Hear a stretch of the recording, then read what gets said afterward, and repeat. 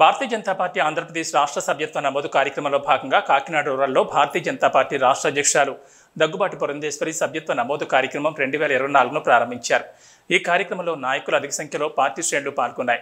ఈ సందర్భంగా మీడియాతో మాట్లాడుతూ ప్రజల మన్ననలు పొందారు కనుక వరుసగా 3 సార్లు కేంద్రంలో బీజేపీ పార్టీ అధికారం ఇచ్చారని, ప్రధానమంత్రి నరేంద్ర మోడీ పరిపాలన వల్ల 11వ ఆర్థిక వ్యవస్థగా ఉన్న భారత్ 5వ స్థానంలో ఉందని, త్వరలో 3వ ఆర్థిక వ్యవస్థగా చేరుతుందని అన్నారు. కలకత్తా డాక్టర్ హత్య విషయంలో అక్కడ ముఖ్యమంత్రి మమతా బెనర్జీ అసమర్థతకు నిదర్శనమని చెప్పారు. భారతీయ జనతా పార్టీ సంబంధించినంత వరకు ప్రతి 3 సంవత్సరాలకు ఒకసారి సభ్యత్వ నమోదు కార్యక్రమాన్ని నిర్వహించుకోవడం జరుగుతుంది.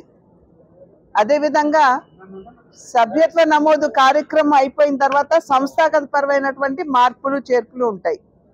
అంటే జాతీయ అధ్యక్షుల దగ్గర నుండి, రాష్ట్ర అధ్యక్షుల దగ్గర నుండి, జిల్లాలు ఇవన్నీ కూడా సంస్థాగతంగా మార్పులు చేర్పులు చేయటం అనేవి ఇది భారతీయ జనతా పార్టీలో ఉన్నటువంటి కార్యాచరణ పద్ధతి.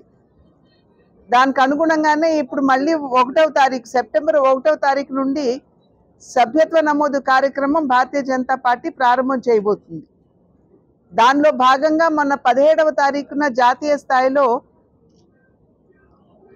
నాయకులందరినీ పిలిచి అక్కడ మాకు ఒక అవగాహన సదస్సు అంటే అసలు మనం ఏ రకంగా చేయాలి, ఏ అంశాలతో ప్రజల వద్దకు వెళ్ళాలి అనేటువంటి వివిధ విషయాల మీద మాతో చర్చించడం జరిగింది. అదేవిధంగా ఒక 4 రోజుల క్రితం రాష్ట్ర స్థాయిలో కూడా రాష్ట్ర స్థాయి నాయకులందరితో కూడా ఇదే రకమైనటువంటి చర్చ రాష్ట్ర స్థాయిలో కూడా చేయటం జరిగింది. ఇప్పుడు జిల్లాలకి ప్రతి జిల్లాలో కూడా అక్కడ ఉన్నటువంటి నాయకులతోటి అదే రకమైనటువంటి కార్యక్రమం నిర్వహించుకుంటూ మనం ఏ అంశాలతోటి ప్రజల వద్దకు వెళ్ళాలి, ఏ రకంగా సభ్యత్వ నమోదు చేయాలనేటువంటి వివిధ అంశాల మీద దృష్టి కేంద్రీకరించడం జరుగుతుంది. గడిచిన 10 సంవత్సరాల కాలం కనుక చూసినట్లయితే అంటే ఇది 3వ పర్యాయం భారతీయ జనతా పార్టీని ప్రజలు ఆదరించడం.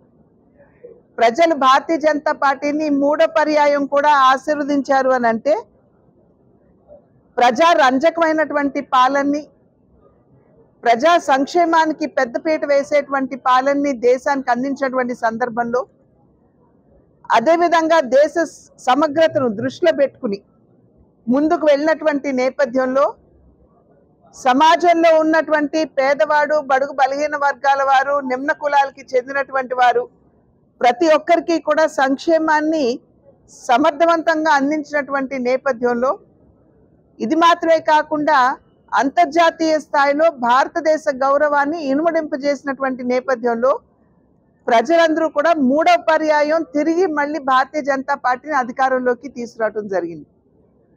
సాధారణంగా ఒక పార్టీ 2 పర్యాయాల తర్వాత 3వ పర్యాయం రావడం అనేది ఒకంత కష్టం అని చెప్పి అందరూ భావిస్తూ ఉంటారు. ఎందుకంటే యాంటీ ఇన్కంబెన్సీ అనేది ఒకటి ఉంటుంది, యాంటీ ఎస్టాబ్లిష్మెంట్ చూస్తారు ప్రజలు.